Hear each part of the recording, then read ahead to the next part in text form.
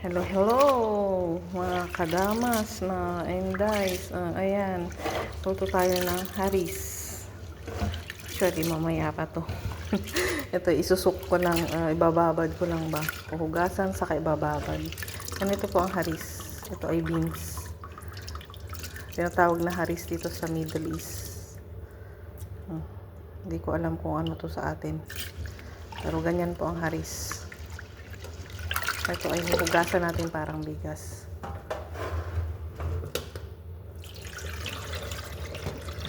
Ayan.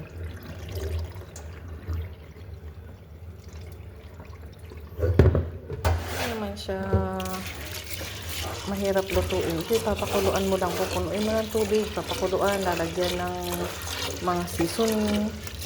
Ganyan na yung mga Arabic seasoning. Kurkum. Ganun. Bizar. Ay, hindi pala kurkum. Bizar lang. Yun ay, yung bizar ay combination ng flour, paminta, ano pa ba yung isa? Yung may seed na cumin. And may din siyang ito, tawag ito cinnamon stick. Ayan po. Yun yung tinatawag bizar. Combination po yun. At meron siyang curcum or ano ba to? Ay, hindi curcum. Curcum is yung ginger na yun, luyang dilaw sa atin. Yun, saka asin, paminta.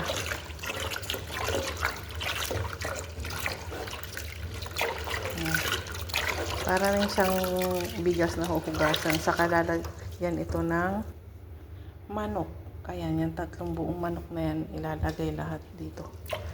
Lalagyan din ito ni amo para mas sumarap siya.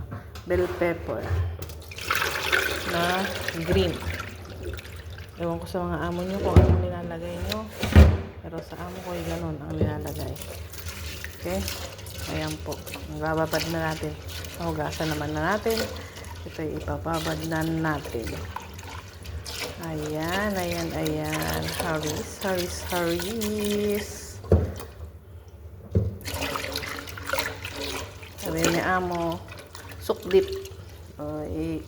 Kung sa baga ay lunurin mo sa tubig. Kasi ito ay para siyang, kung sa Ilocano, bumlad ba? Ano po siya? Okay na. Itabi na natin. Itabi na natin saka ating takpan. Itong mga manok, at dahil mamaya pa naman lulutuin yan, ilalagay lang natin dyan. Buto po yan ng kamatis. Ayan, magsisiding na ako habang marami pang kamatis na harvest na yan, ganyan. Yan, yung 3 yan, pupunta doon sa manok mamaya.